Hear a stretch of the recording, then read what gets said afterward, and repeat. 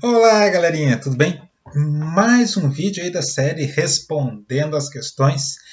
Hoje a questão que nós vamos responder aqui é: como a sociedade lida com direitos humanos, ética, moral e cidadania? Essa questão ela foi escolhida porque ela apareceu em muitas vezes, né? Vários colegas aí fizeram essa questão, né? Ali do sexto, do nono ano, do oitavo ano, vários colegas fizeram essa questão, e então, por ela ter aparecido muito aí, vamos tratá-la. Né?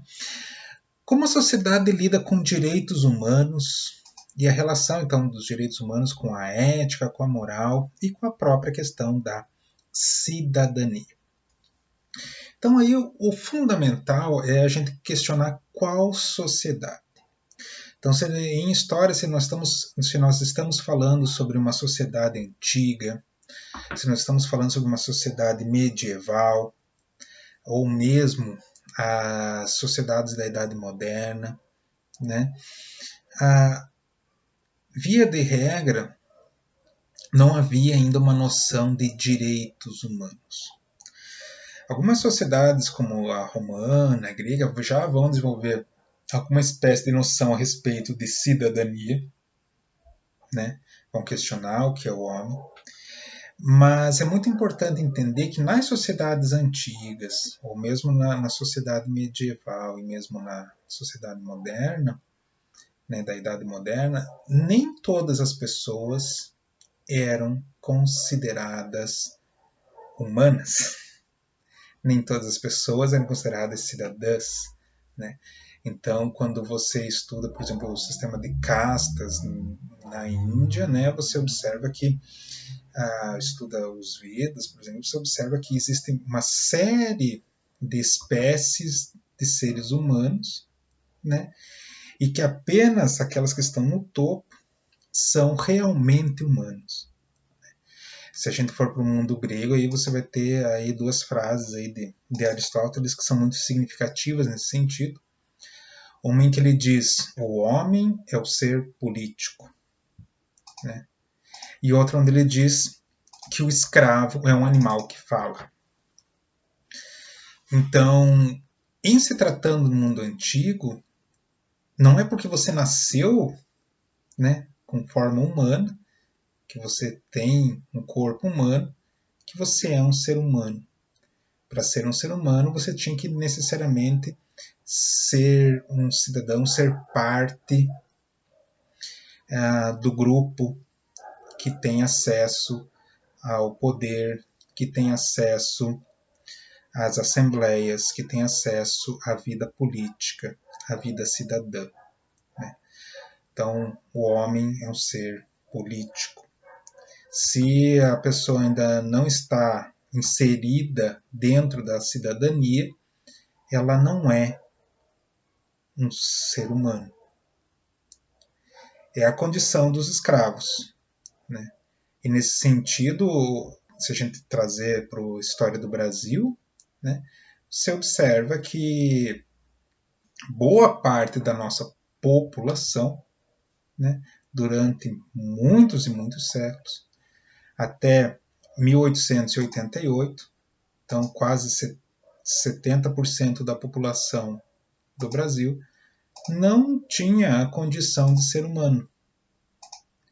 Eram pessoas, mas eram tratadas como objetos, como coisas que podiam ser vendidas, que podiam ser torturadas, que podiam ser chicoteadas de acordo com a vontade de seus senhores.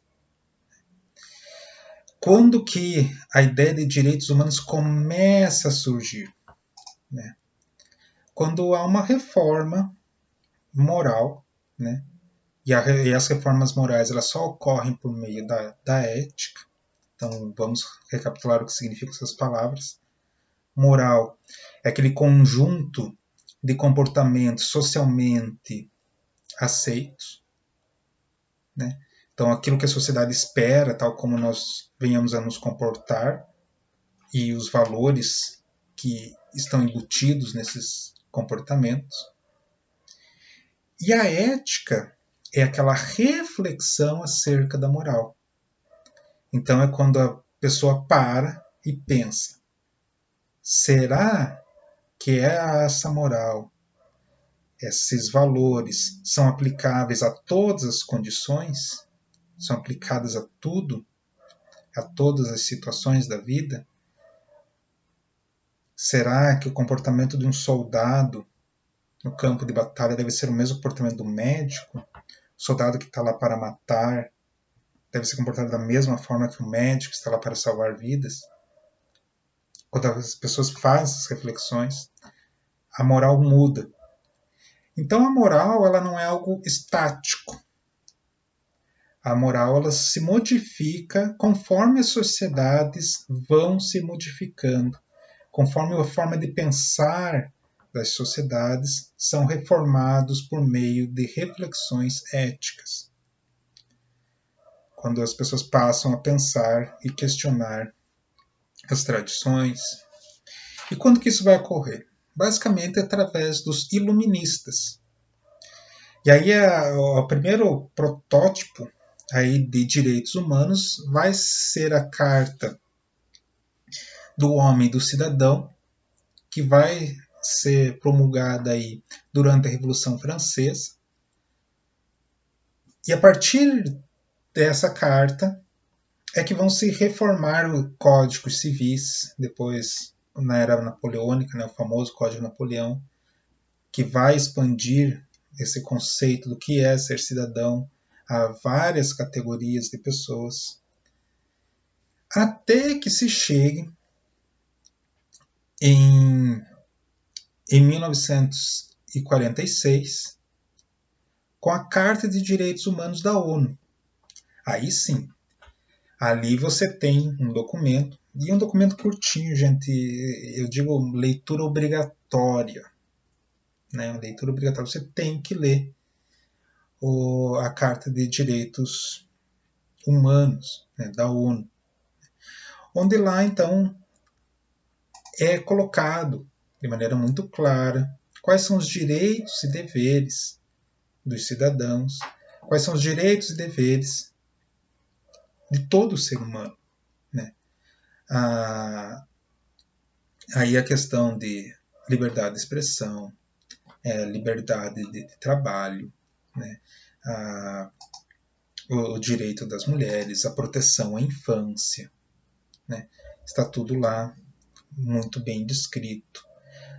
Então, como a sociedade lida com os direitos humanos, e qual a relação disso com ética, moral e cidadania, as sociedades elas lidam com os direitos humanos de acordo com as mentalidades de sua época, de acordo com a moral de cada época. Né? É estranho para nós, mas nem sempre todos os seres humanos foram considerados humanos. Então, apenas os reacionários acham que alguns podem ser torturados e outros não. Não, ninguém pode ser torturado. Né? A polícia não deve bater antes de investigar. Primeiro investiga, depois bate. Mentira, não se bate nunca. Porque são seres humanos. Ah, mas ele é bandido, bandido bom, bandido morto. Nada a ver. É um ser humano, cometeu seus erros, que seja processado, que seja julgado e que seja penalizado dentro das leis, que os direitos humanos valem também para as cadeias, que não são masmorras, são centros de reabilitação. O direito humano envolve a crença de que o ser humano pode se reformar, de que todo ser humano tem ética, que o ser humano pode pensar sobre sua moral, pode pensar sobre o que ele está fazendo, se o que ele está fazendo é certo, se o que ele está fazendo é errado. Espero que tenha respondido. Até mais, galerinha. Tchau. Deixa o like e veja aqui no card aqui, ó, que tem aí outros vídeos sobre cidadania. Tchau!